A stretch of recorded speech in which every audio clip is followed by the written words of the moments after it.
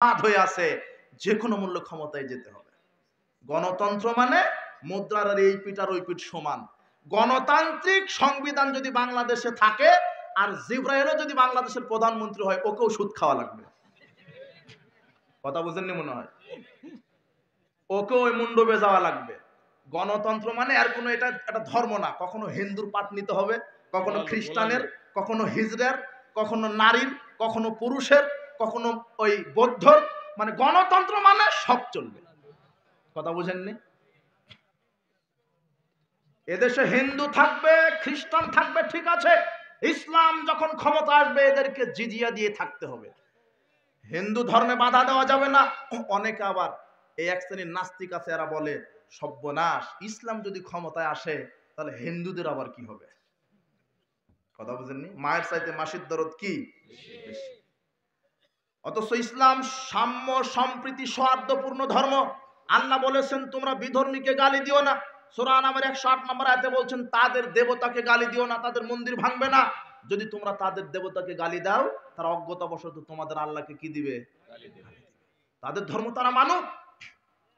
হিন্দু তাদের ধর্ম মানবে, খ্রিস্টান তাদের ধর্ম মানবে, কোনো আপত্তি নাই। দুই একটা ভোটের লোভে তোমার হুজুর ফতোয়া মেরে দিতে, দরকার হয় মাদ্রাসার ছাত্র মন্ডপ পাহারা দিবে, মারে দিল ফতোয়া। ওই জন্য ওই নেতাকে আমি বলেছি ক্লাস 1-এ ভর্তি হতে হবে। আবার আনাকুম জানাকুম শিখে ফতোয়া দিতে হবে জাতির সামনে। এক সেকেন্ডের জন্য কোন মুসলমান কোন বিজাতি ধর্মকে সহযোগিতা করতে পারে না।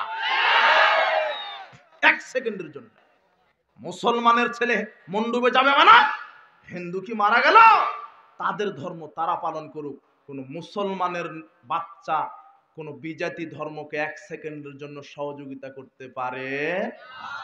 মাত্র দুই একটা ভোটের লোভে ফতোয়া মেরে দিল, ক্ষমতায় যাওয়া লাগবে, একটাই সোজা কথা।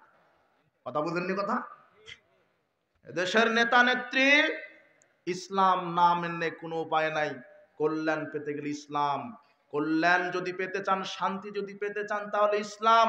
এই গণতান্ত্রিক কাল্পনিক পচা এই নাস্তিক্যবাদী এই ভোট পদ্ধতি, এই গণতান্ত্রিক পদ্ধতিকে সমর্থন করবেন না। এই প্রচলিত ভোট পদ্ধতি হারাম।